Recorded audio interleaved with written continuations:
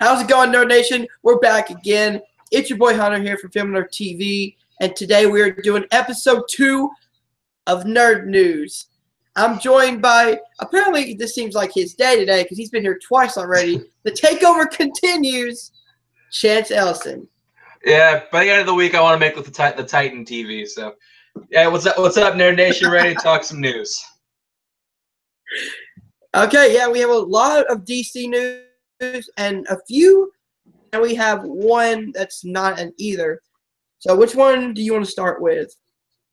Well, we have fewer Marvel stories. Actually, you know what? Let's start with the outside one, the one that's not DC or Marvel. Okay. So I'm not sure when this was announced. You told me about this one. But apparently Amazon Prime is looking to do a Lord of the Rings TV series. Right. So just go ahead and tell us your thoughts about that, and I'll look up some of the quotes. Yeah, it's still in early talks, so nothing's made official yet. But you know, I don't know why we're doing this, because I love the original Lord of the Rings trilogy. That is one of the best trilogies ever put to film. I'm not sure how you could improve on that with an episodic series. This could have the series, like, you stretch this out, like one book out to, like, it could have a lot of the same problems as The Hobbits, with like a lot of walking and a lot of slow parts. As much as I did like The Hobbit, that was a big problem. Approaching this, you need to tread lightly. You need to tread very lightly. Yeah, I couldn't find any quotes right now, but if you're thinking of doing this is kind of a dumb decision. Right. I mean, why would you take an epic like Lord of the Rings that needs to be seen in movie format on the big screen? It's an epic. It's an epic trilogy. And now you're going to try to water it down by making it a TV series. It could work. I mean, Game of Thrones has worked. So if they go, if they go a Game of Thrones, Lord of the Rings, that would work. But again, it's Amazon Prime. It's not HBO with a bigger budget like HBO does. Yeah, but like Amazon Prime, they operate kind of like Netflix. You know, like you tell them like what you need, and you go out, they give it to you, they go off and you make your show. So you would need it in like a bigger network like that. And if you're gonna do it, I don't think it's a very good idea, because we've already seen a great version of it. So why do it again? If you're gonna do it, you need to do it on a network that operates like this, like an HBO or a Netflix or an Amazon Prime. Yeah, I feel like if anything, if we were going to do a Lord of the Rings show, I'd much rather HBO take it over. Yeah. But, you know, if they do that, you're going to draw instant comparison to Game of Thrones. Well, I mean, in reality, is that a bad thing, though?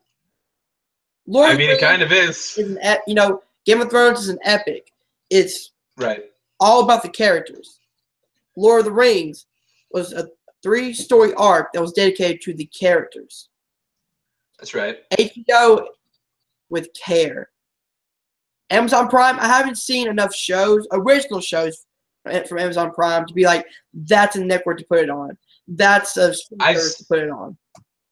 I disagree with you. I've seen a couple shows on Prime, and they got some pretty good stuff. The Man in High Castle is really good. The Marvelous Mrs. Maisel, which is coming soon, looks really good. I saw the pilot. The pilot's amazing. The Tick is on Prime. That's a really good show. Wait, a Marvel show's on Amazon Prime? No, it's called The Marvelous Mrs. Maisel. That's what the show is called. Okay. You like froze up, so it sounded like it was like Marvel's something. No, the show's called The Marvelous Mrs. Maisel. It's on Prime. I think the pilot's already on Prime. The whole season is gonna premiere soon, and it looks really good. I like Prime. I like what they're doing, but I'm just saying, my problem with the source material, and the source material with this, you need to tread very lightly. Yeah. Now, depending on if they are going to do a prequel series, that could be interesting. Could be interesting, because I had the exact same thing with Game of Thrones. I want to see a Mad King prequel series. When this season ends and the series is over, go back, bring in some of the Game of Thrones cast, and have a Mad King. Now, if they do that, go back and don't Don't mention, Bilbo or, any of them characters. Create your own characters. This world is so rich of Lord of the Rings that you can create flushed out brand new characters and make this work without having to tie into the movies. Oh yeah, exactly. And there are plenty of like in-universe stories they could adapt to make this work. So there are possibilities, but if they actually do the actual Lord of the Rings saga, that's the troubled waters right there. All right, here's a on the fly question. If they did do a prequel series, what story would fit as a good prequel series for the Lord of the Rings? A good idea for a prequel series. A good idea could be the initial siege of Sauron. Yeah. With the forging of the rings and the actual taking him down. Yeah, that's what I was gonna go with too. There aren't very many major characters. Even like I think the only major characters in that storyline are Galadriel and Elrond, which you could bring. Kate Blanchett still looks young enough to where she could still play Galadriel. Hugo Weaving, not so much, but you can CGI him up a little bit. I think if you're gonna go that route, I think that could be a really interesting story to tell, especially with an avenue like Prime. And see, nothing against Amazon Prime. I don't have that streaming service. Right. Hell, I'm paying enough for Netflix and Hulu as it is, but but I wanted something big, like either a Netflix or an HBO, something that's like more mainstream, take it over. But if Amazon Prime does do well with this, if they even do make this show, again, make it a prequel series. Don't try to tie it into the movies, and create characters that people love or hate. Right. Or hate. Well, either one. Yeah. Make it your own series instead of tying it into the movies. Because if you tie it into the movies, people are going to automatically be pissed about it. Right. Okay. That's fair. That's fair. All right. So with that out of the way, let's go into, I guess, since we have less Marvel movies, you want to go into the Marvel news? Yeah, we'll do that one real quick. Okay, so we'll start off with funny enough, the Thor Ragnarok box office. If you guys don't know, we just did a Thor Ragnarok spoiler review that went over 40 minutes, so you can check that out on the channel. But Thor Ragnarok dominates the box office weekend, opening at $121 million and making $427 million in 1 week, breaking the first and the second movie by a lot. Yeah, I think this movie really benefited from word of mouth because everybody saw it and everyone said like, "Oh, it's so much fun! You need to go watch it." And that's a movie you need to go see in theaters because it's fun. Like I said in our review, it's fun, it's vibrant, it's a worthwhile theater going experience, and the public turned out. Like Marvel makes the public turn out every time. Yeah. What was the budget on that movie? Let me look that up real quick. I think it actually doubled in 1 week. Because I guarantee that movie's already made its money back, if not already turned a profit. Oh yeah. And you know this feeling the pressure right now? Warner Brothers. Yep. Okay, so it didn't. Yeah, the budget for Thor Ragnarok was $180 million. It already broke it in 1 week. Yeah, it's at what, 427? Yep. Yeah, so it's already turning a profit. Yeah. Everything else is just pocket. Everything else is pocket change. Have to worry about beating Thor Ragnarok. All you gotta do is worry about one, making a profit, and being a good movie. Being a good movie. If Warner Bros. Gets caught up in trying to beat Thor Ragnarok, they're gonna break. I think they're. Well, it's too late. Well, it's too late now. Yeah, but I mean, we'll get to all the DC news in a minute, but Warner Brothers should not worry about trying to beat Thor Ragnarok. Because again, they don't. Everyone wants to act like Marvel and DC have this big, huge rivalry, and they don't. The studios, they don't work together, but they want each other to succeed. Because guess what? When one succeeds, that gets people out to go see the other comic book movie that's coming out. Since Thor is doing so well, all those people are going to be so excited for Justice League coming out in a few weeks. No, totally. And what you're saying, like, yeah, like they can't. It's too late for them to worry about the Thor box office. All they can do is try to, amp up their movie. Like when I saw Thor Ragnarok the second time, they had a trailer for Justice League right before. Really? So, I didn't yeah, see they that. did. I saw a Black Panther trailer for mine. Yeah, that's before all of them though, because And New Mutants. I think I saw New Mutants on my first time I saw it, not the Which second. I'm actually really excited about that to come out. That looks interesting. A horror movie? Yeah, Come on.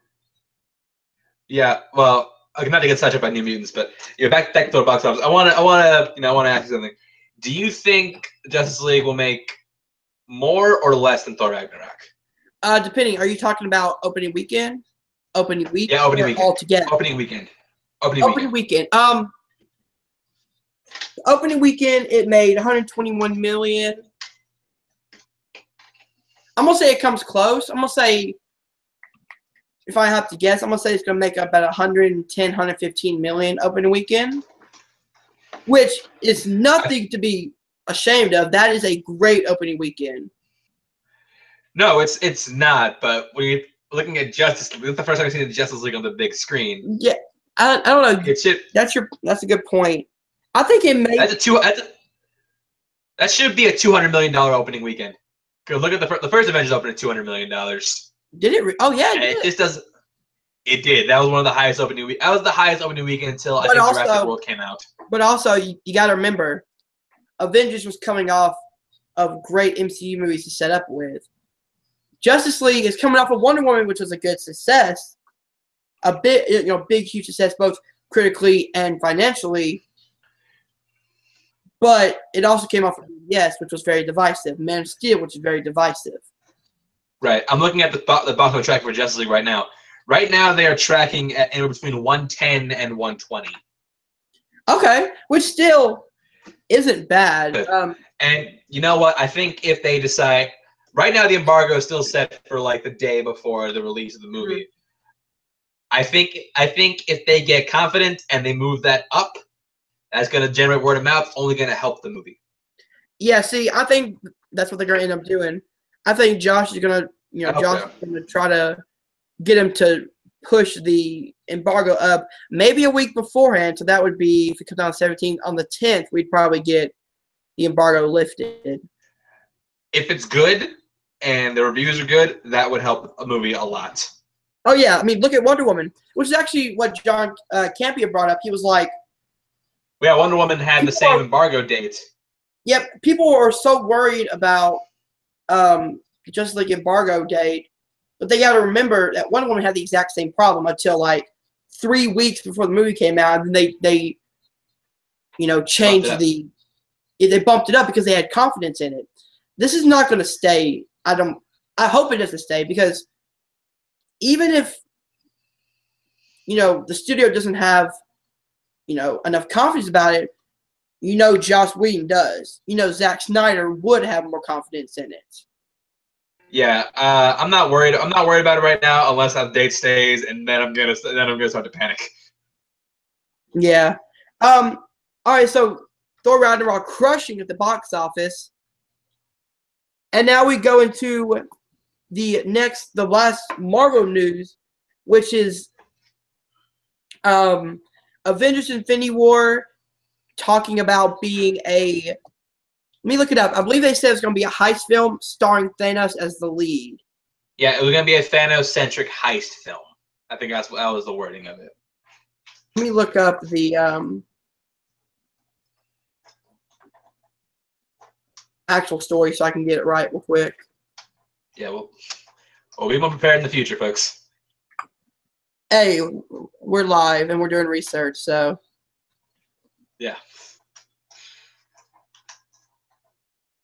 So according to IGN, it's saying that Infinity War is going to be a Thanos movie that's going to be very bold, strong storytelling, and it's going to be a as you said before, a heist movie starring Thanos of him collecting all of the Infinity Stones. Right, and that's kind of to be expected because Thanos got to do some work for these things. Like he's been saying this whole Marvel Cinematic Universe, just sitting in that chair. It's like, no, now you got to do the work. You got to get up. Yeah. You got to go find those stones. Now, see, this is where I got into a little conversation. You fought a guy over this? Well, I didn't fight a guy, but we had a disagreement. I said this could be fun for Thanos having to search for all the stones and stuff, but I kind of wish they kept Infinity War as two, like part 1, part 2. Well, I think instead of making it, Infinity War, which was supposed to be the culmination of all what? All Marvel movies, MCU movies. Yeah. Well, it's still now they're breaking it up from Avengers 3 is its own movie, Avengers 4 is its own movie, and this was going to be a heist film. I don't know what to think about this. I mean, it could be fun. I'm not going to judge the movie until I see it, but I would want to see part 1. You could do the heist film, have him be collecting all the movies, all the gems. Part 2, have the big war, have the Avengers, the Guardians all team up and having to fight Thanos, who has the full gauntlet. No, and yeah, I think that's what they're doing. Like these two Avengers movies are still they're still part 1 and 2. They're just not calling it that because, with the failures of things like Hunger Games and the Everton series, they don't want to call things part 1, part 2 anymore because it makes it feel like half a Marvel. movie. They're gonna make a profit no matter what, especially with. But still, that makes people uneasy. So they want them to feel like they're their own movies. But another thing, if they're not, this is the thing I don't understand. If Avengers 4 is gonna still have Thanos, it's gonna be a continuation. Why not? Why doesn't Marvel come out and be like, "Hey guys, Avengers 4 is gonna be the continuation of the Thanos story."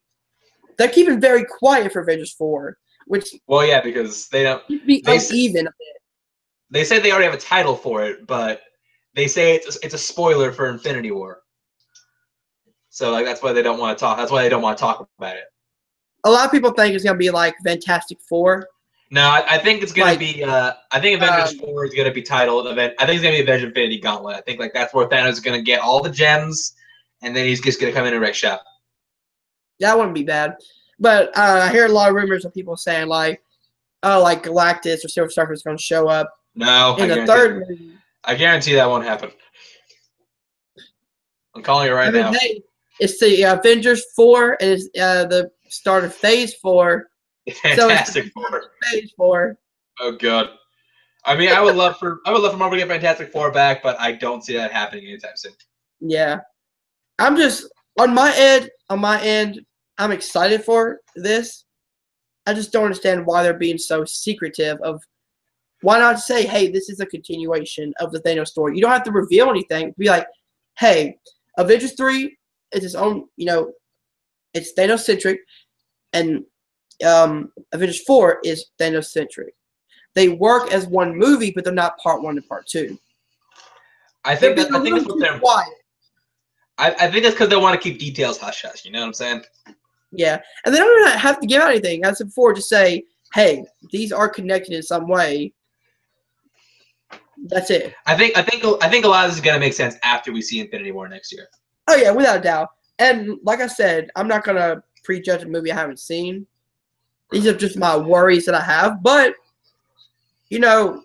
I'm excited for Infinity War. The heist film does seem interesting because I kind of hope we see him fight Doctor Strange, which we have to. He's in the movie. He's in the movie. Strange? Yeah, Doctor Strange. Literally every Marvel hero we've seen so far is confirmed for Infinity War. All of them. Heist film? Really? Yeah, all the Avengers come, all superheroes on deck. All right, so it's not.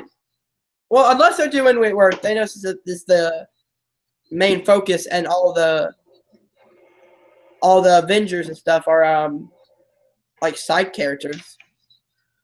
I don't think he's getting the main character. I think we're misinterpreting the quote. I think what they mean is like it's a Thanos-centric story, but it's not. You know, he's not the main character. He's not gonna be the main character. The main characters are still gonna be our heroes. You would think he has to be though, because this whole story is about him getting the Infinity Gauntlet, Infinity Stones. So it's gonna be. Huh? Maybe. Well, I mean, maybe. We'll see. We haven't even seen a trailer for this movie yet, unless you watch the bootleg D23 version. Which that was actually funny. The beginning with Thor and the Guardians. I actually haven't seen it. I just heard about it because I didn't want to watch it. Yeah. But yeah, it sounded like it was really cool. So those are really the two Marvel movies that I found this week. Let's go into some of the DC news, and I actually want to start off with something that happened a few days ago. If you guys didn't know,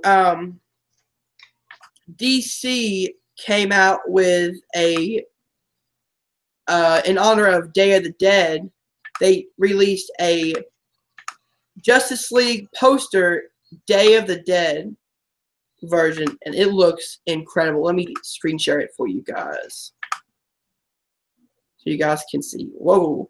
Oh, crap. There we go. All right, how's it looking? No, it's looking good. I can see it just fine. I hope people watching can see it too. So there it is. So let's talk about what you see right there with the Day of the Dead centric, pretty much teaser poster. Yeah, I mean, I don't like it quite as much as the the one with the classic style artwork. I think that's still my favorite poster, but great or they've sucked. I remember one Justice League poster was absolutely terrible. This isn't the worst, but it's not the best. It's still good. Like, I like the artistry. It looks nice. It's a great way to celebrate. It's a great promotional thing for Day of the Dead. And I think it's really good about DC's part. Here we go again. Yeah, like, I just like this poster because of how fun it looks. Like, you can tell that they were just like lighthearted, trying to have fun. The artwork does look incredible with like the zombie type feel to it. Although granted, still no one is smiling. Yep. Well, it's Day of the Dead. Yeah. They're kind of dead. I wouldn't be too happy if I was dead either. So. Spoiler alert! Spoiler for the movie. They all die. Yep. Quick teaser. Quick teaser of things to come. Dude, I think the best looking one is the Flash. If you look at the color and the face, like, and the line work. Although Cyborg's really cool. Cyborg's really cool too. Yeah, I mean, the whole thing just looks interesting. I thought that was something fun that we would talk about just in honor of Halloween and Day of the Dead and stuff like that. Yeah. It was definitely a cool looking poster in my opinion. Yeah, I think it looks cool. I'd hang that in my room. I would too. Let's talk about the big one, Danny Elfman, coming back and using the 1989 Batman theme in Justice League. Okay. Woo! Yeah, this is. You can see this. What I picture this is like. You know how in Spider-Man: Homecoming, Michael Giacchino basically like revamped the original Spider-Man theme song. I feel like that's what Danny Elfman's doing. I think he's taking the bare bones of. I hope what he's doing is taking the bare bones of that and just reworking it for this movie. I really don't want this to be just a copy and paste of the original Batman score. Yeah, I don't think it's going to be that. I think, like you said, they're going to take the elements of the 1989 Batman theme, Justice League movie, which I'm super excited because I love that theme so much from the original Batman movie. Oh yeah, it's a fantastic theme, and like I remember that opening. I can't remember if it's Batman 89 or Batman Returns, where it's just like that theme and you're going through the cave. It's an epic score. It's an epic song, and I think it'll convey the tone of an epic movie. Oh, and by the way, we need more Prince in Justice League. More Prince? Yes, we need all the Prince. If you revamp Bat Dance, this movie gets an A+ in my book. Just automatic A+ for using the bat dance. Yeah, if they find a way to use that, this movie gets an automatic 5 for me. Let's go into some more Shazam news. Shocking, shocking. Haha, shocking. Shazam. Shazam! Shazam. All right, yeah, But go with the news. Mark Strong. No, just keep going, keep going. Did you say it Actor already? Mark Strong, best known for his role in Kingsman, the Kingsman series, is in talks with Warner Brothers to play. I'm gonna butcher his name, Doctor. How do you say the name? I need to look it up. Savannah. Hold on, let me see. Mark Strong Shazam. Try to pronounce the best you can. Sound it out. Huh? Sound it out. Sound it out. All right, so it's Doctor Savannah. Savannah. Yep. In Savannah. Shazam. Yeah. So what do you think about that? Well, first of all, I'm down for Mark Strong and anything. Mark Strong is an awesome actor, and he's always great to see him pop up and stuff. I would have loved to have seen him as Lex Luthor. I think he would have been perfect for that.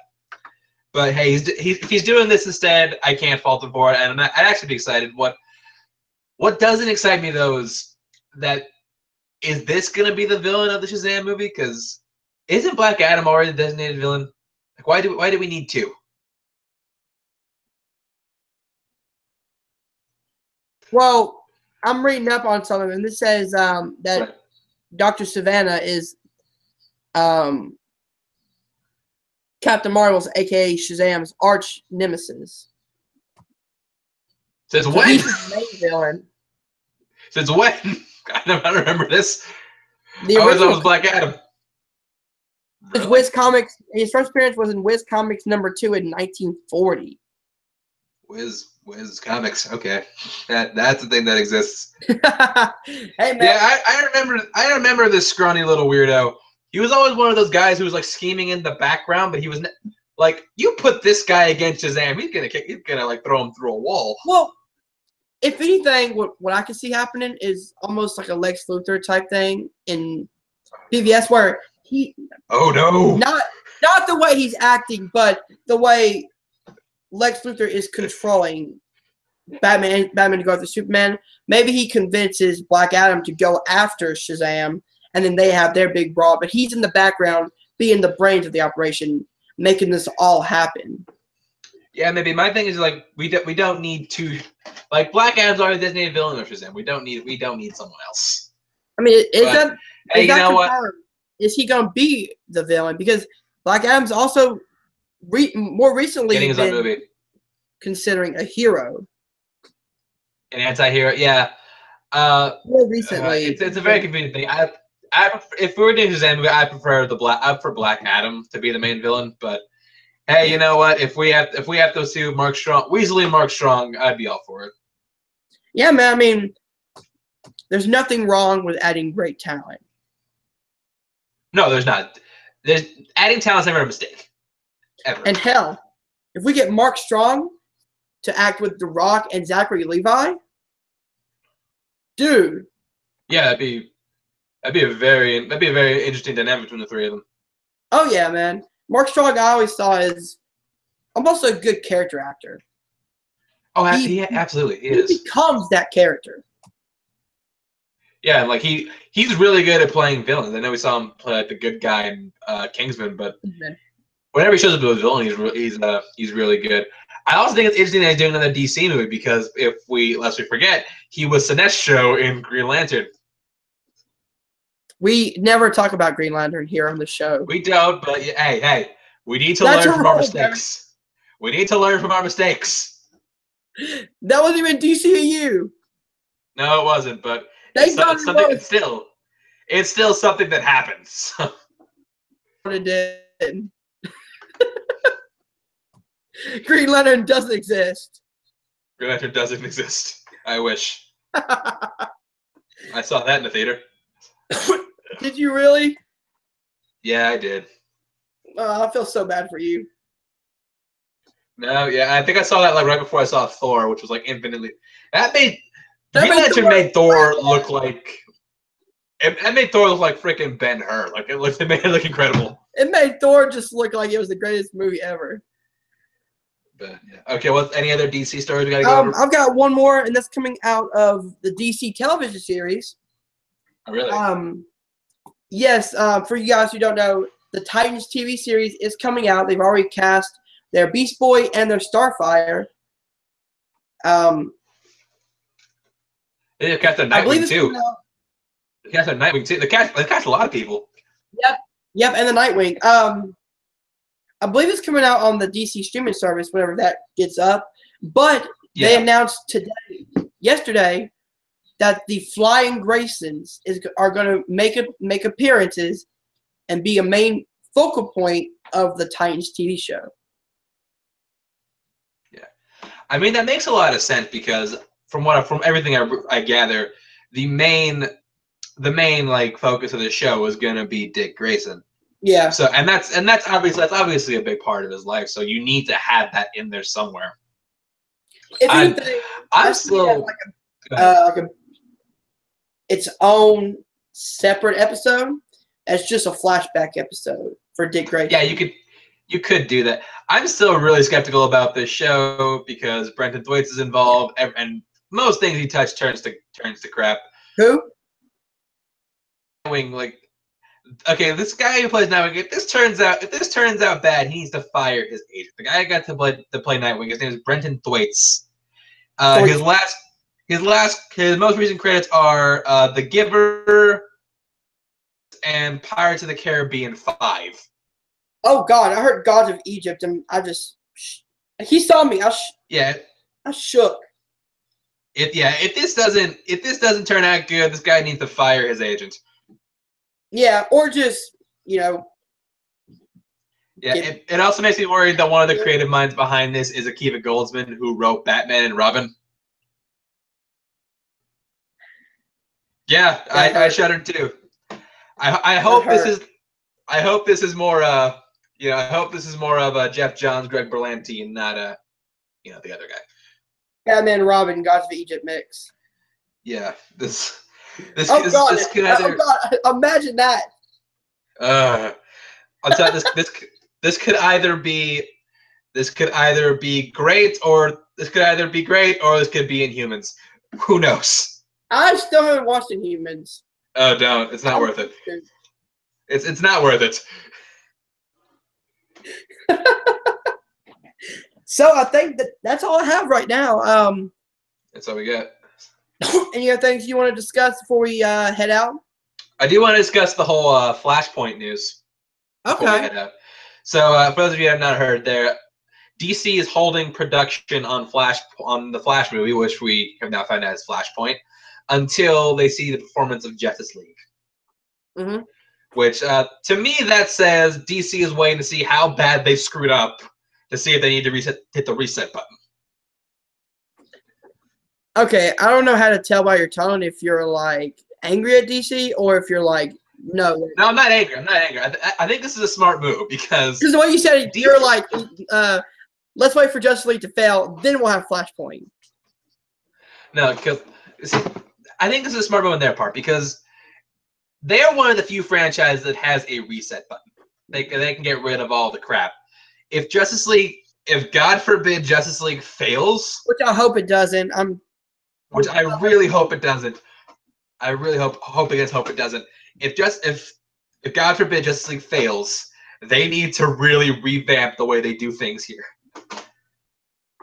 Oh yeah, and people online and people on news outlets and stuff are like, oh my God, this is horrible news. They don't believe in Flashpoint. No, what it is it's DC being a smart business and said back that, okay, we pretty much, 2014, we gave our list of movies from now to 2020. There was some mishaps. A list they have not stuck with. Oh, some mishaps. Well, I mean, they're keeping the Shazam release date to the date they said back then. Yeah, although I guarantee if Batman v Superman and Suicide Squad came out, they're both well received. They were both great. They would still be sticking with that plan. Yeah. And if you look, they're not just like, oh, okay, so Justice League, then Flashpoint, then this and this and this, and Aquaman, then Shazam. No, they're like, okay, we're going to step back. We're going to evaluate how our fans, how the critics, how the box office does for Justice League, and we're going to go from there. We're going to see, okay, if, God forbid Justice League does bad, and I hope it's very good. I hope it makes a lot of money. And this is me coming from a DC fan. I would love nothing more but to have a one-on-one situation where both fans and critics love Justice League. Exactly. And on top of that, actually, I lost my train of thought.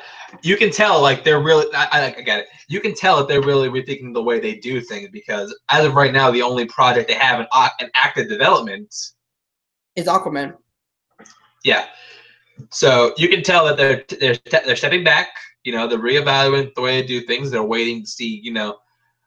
Okay, what do people like? What do we need to fix before they make like 17 more movies? And I respect DC for that. Because that's the smart thing to do. Yeah, especially since they have to look back and be like, okay, Man of Steel was, it divided the fans. I love Man of Steel. I think it's a great movie. I like it a lot too. Hey, someone actually agrees with me. Look at that. BVS was very divisive. I did not care for BVS. Watch the director's cut. It's better. I did. Really? Yep. You still didn't like it? Yeah, like people come like, oh, it's a completely different movie. It's not. It's just longer. They do fix some things. I think it's better than the theatrical cut. I'll give you that. Yeah. But on the whole, it's still got a lot of the same problems that I think. Yeah, I agree. I thought the theater version was crap because of the way they cut it. Yeah, like they cut out things like they toned it down. I wish they would have just let the 3-hour release in theaters. No, that would not have flied with anybody. Why not? Huh? Look, trust me. Why not? No, well, if you look at something like Blade Runner 2049, that was a fail. A part of that was that nearly 3-hour runtime. As much as I do love the movie, that was something that turned people away. I feel like you put out a 3-hour cut of Batman v Superman, people aren't going to turn out for it like you think they will. Well, no. Think about this, though. That was coming off Blade Runner, which did have a good fan base. It was also a movie that came out in, the 80s? 82. This is Batman and Superman in the same movie. Right. That draw right there will get the nerds and the non-nerds together. Right, and I agree with you. I think that the theatrical cut, the extended cut, if you would like taken some scenes out of it, like take out Lex Luthor and the Senator, put back in the scenes of like watching that extended cut, you can tell it was painfully obvious Warner Brothers had no interest in making a Superman movie because 85% of the stuff they cut had to do with Superman. Clark Kent, yep. Which is exactly what I don't understand. Like, you have such a good scene of Clark going to Gotham in the extended cut and doing reporting on the Batman, and they also have scenes showing Lex Luthor really planning all this out, from him hiring the KGB to mark the guys with the bat symbol. That way, when Superman goes there, he sees the branding of the bat symbol on their chest, and that's why they get him to fight. Plus the burning of the bodies, which would make sense why they would blame that whole Africa incident on Superman. Yep. The scene of him trying to save somebody for once in the goddamn 2 movies. Yeah. But, I mean, I enjoyed BVS. I didn't like the theater cut. not because of the script needed work. I had fun with the movie in general, but the theater cut I would not watch again because it was edited and cut so weird. The extended cut, I will buy on Blu-ray and I will continue to watch it because that's a movie I can sit down and watch and actually enjoy. Yeah, I'm not sure I would watch. I don't know how many times I could watch. Mopey Superman for 3 hours, but I agree it's a better cut. Hey, he smiles more in the extended cut. Oh yeah, he smiles the whole one time in the extended cut. But I mean, I will say this before we start talking. Before we wrap up, I want to say, before you get to what you said, I want to say, I will want a little alternate dimension where that BVS actually did end up coming out the same day as Civil War, and see which one would have done better. Oh God, I don't. I think it would have been interesting. Like, don't change the movies. Put them out on the same day and see what people will turn out for. And see, I'm on the side of I enjoyed Civil War, but it definitely had standard problems that I can't get out of my head. Oh, I loved it. That was my #2 movie that year. I mean, I understand that, but there was glaring problems to me that just didn't make any sense. But very off topic here, but yeah, Flashpoint, depending on Justice League, I love this decision. It shows that DC is being a company. They are looking at what the fans like. If fans and critics love this movie, which I hope they love Justice League so much, then maybe they don't do Flashpoint right now. Maybe they do the Flash and his Rogues. I would rather them do that than Flashpoint, honestly. Yeah, but I feel like they announced Flashpoint just as a failsafe to be like, okay, if Justice League isn't as well received as we hope it is, we always have a failsafe in Flashpoint. God, I hope so. I hope that's all it is.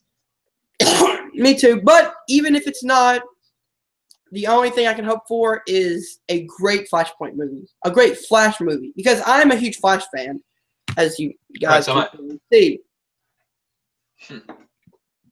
But even if they go Flashpoint, I don't care if it doesn't follow the source material.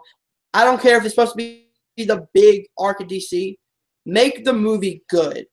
Make a good movie first. Have you heard the news that Grant Gustin could have a cameo in the movie? I hope not. Because what they're doing is this actually takes place on a different Earth. Like all this stuff takes place on a different Earth. So Grant Gustin, Flash, and Ezra Miller could exist in the same universe, and they could have a run by each other in the Speed Force. I think that could be really fun. I think it's for a fun cameo. In the movies to connect any, because I think it could be a fun cameo. Agents of S.H.I.E.L.D. with the MCU. Right. Okay. I see what you mean. Do you still watch Agents of S.H.I.E.L.D.? No, but I watched season 1 and season 2 when it was really heavy on. Oh, MCU. And they stopped doing that. I haven't watched it in a long time. See, hell, even the Marvel Netflix shows does it subtly. They don't mention. They're like, oh, the event caused this. The incident. And that's it. You don't have a name drop of Thor, of Hulk, whatever. You just have. So is the green guy, the old guy with the shield, and the dude with the hammer? Yep. All right, so you want to go ahead and cut this out? Yeah, I think we're done. I think that's all we got. Yep. All right, guys. Thank you for joining us for episode 2 of Nerd News. We'll be back here next week with more news and nerd culture. Chance, you want to plug anything? I mean, you already know I'm going to plug Full Metal Trivia. Come on. Go watch my show. It seems like you've only plugged that on this channel, and I'm starting to get suspicious. That's really all I do. That's the only thing I have to plug. Until I start. Oh wait, hold on. One more thing. I'll be starting reviewing movies on my own channel, which I will give you more details about the next time I'm on here, which will most likely be very soon. Maybe tomorrow. Maybe tomorrow. I'll probably be back on tomorrow. I don't know for what, but maybe tomorrow. All right, guys. Like, share, subscribe to Film Nerd TV. I'm Hunter. I'm a Film Nerd. I'll see you guys soon. Peace.